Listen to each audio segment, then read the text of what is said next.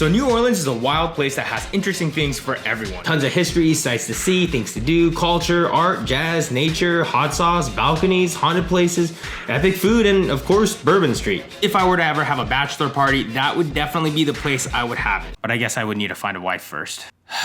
It's mid-May, we just got back from a 4-night stay there. I went there for my friend's birthday, it was epic. Here's a list of things we did and some travel tips. I flew there using Southwest Airlines. We took an Uber from the airport to our Airbnb. It was about a 25-minute drive and we were staying on the north end of Frenchmen Street. By the way, I just found out a few minutes ago that many locals don't like what Airbnb is doing to their neighborhood. Something to keep in mind. We were there with a group of 8, so we booked a 4-bedroom Airbnb. I found it a little weird that you actually need a key to get out of the house. If you flush your keys down the toilet, you're basically stuck inside. I mean, that's something that everyone does, right? Once in a while? Oh yeah, all the time. Flushing your keys down the toilet. It's a common... So this whole strip of Frenchmen Street is full of bars and each one has some great live music, so just walk down the strip and you'll find somewhere that you'll want to go into. We explored French Quarter and it was all very walkable with plenty of interesting things to see on every block. After lunch, we headed to Louis Armstrong Park and there was a jazz in the park festival going on that day. There's different things going on all the time, so check the calendar to see what's happening on your dates. It's super festive. I can't think of any other city with this kind of energy. For dinner, we went to the Cellar Door, which actually used to be a brothel back in the day, but now it is a place to enjoy good food and drinks. Then we met up with a local who took us to his favorite bar. I was told that the locals don't actually go to Bourbon Street, so go check out the outskirts if you're going for the local experience. Day 2 started with beignets and coffee at the iconic Café du Monde. Be prepared for a line, and generally an umbrella should be on your packing list. It can become like this to this in like 30 minutes. You'll be doing this a lot, so it's not a bad idea to practice this. You know that's bad luck, right? Oh, shit. If you're a big fan of hot sauce like we are, you will not be disappointed with the selection that these places have. In Jackson Square, there's plenty of artists, street vendors, and street performers that are creative and impressive. But if they ask you to volunteer for something that seems maybe a little bit dangerous, you might want to give it a second thought. I broke my back. What do you mean by that? My back is broken. That night we did the haunted history walking tours, which was awesome. If you believe in ghosts and spirits, it's a must do. I personally don't believe any of that, but there are plenty of factual history and stories to keep me super creeped out. For example, the La Rue Mansion.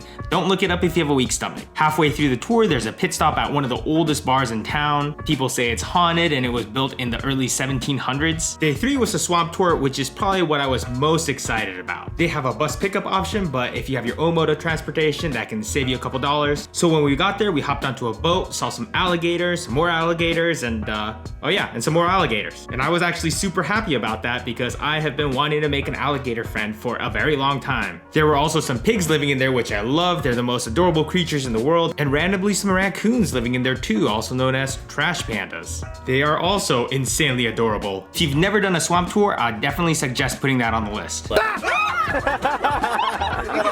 For lunch, we went to Jean's Po' Boy, which is a really good po' boy place that's open 24 hours a day. Their food is absolutely amazing and it has nothing to do with the fact that my name is Jean, okay? Okay, so maybe I did force everyone to go because of that fact. That doesn't change the fact that they're delicious. Go there, tell them Jean sent you. To take advantage of the good weather, we brought it back to the Airbnb and ate it on the patio. So that night was Bourbon Street. You can start off at one end of Bourbon Street and make your way all the way down. You will not run out of places to see. One of my favorites was Pat O'Brien's, which has multiple rooms. It has a fire pit, dueling pianos. There's also the old Absinthe House if you want to give that a shot. By the way, it's a very common misconception that absinthe makes you hallucinate. It is, however, very high in alcohol concentration. I did find absinthe to be kind of expensive, but hey, how often do you get to try it? There's the carousel bar that actually spins around while you drink. And if you're a fan of the show Bar Rescue, there's spirits on bourbon and their infamous shot chair. I've spent quite a bit of time in Hollywood, Las Vegas, Miami, and I can easily say Bourbon Street in New Orleans is one of the craziest places I've ever been. Another tip, if you're on Bourbon Street for your birthday, they say pin $1 to your shirt and other people will add to it. Oh, dude.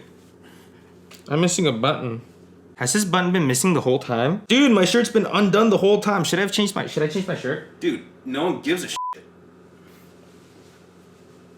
Next day, we went to a couple different museums. The first one had lots of history, art, and some super interesting things. And the second museum we went to right next door was also super interesting. It felt very modern. On the first floor, it was all about Katrina, and the second floor was all about Mardi Gras. Then we got to the aquarium just 45 minutes before closing. It was one of the biggest aquariums I've ever seen, but luckily that was just enough time to see everything. You can pet stingrays there, which is oddly scary for some reason. I mean, I've scuba dived with sharks before, and I must say, this was scarier for some reason. And this girl is just straight straight savage. Pretty sure she should join the military. That night was Preservation Hall, which is a must do if you are a big fan of jazz. Definitely get a reservation ahead of time because the room itself is small and there is a huge line that builds very quickly. Once you're inside, they ask you to turn off your phones, not take any pictures, so I didn't get to get any footage. But it was amazing just sitting there and just doing nothing but enjoying the music for 45 minutes. There's also no food, drinks, or bathrooms inside, so keep that in mind, although you can bring your own drinks from the outside if you want. I couldn't think of a better way to wrap up our trip. There were a few things that we were hoping to do, but we didn't get time to. For example, there's an escape room there. I've never done an escape room, but I hear they're actually a lot cooler than they sound. And last year when we went, we did a steamboat dinner. You hop on an old school steamboat right down the Mississippi River while listening to jazz music. They also prepare dinner for you.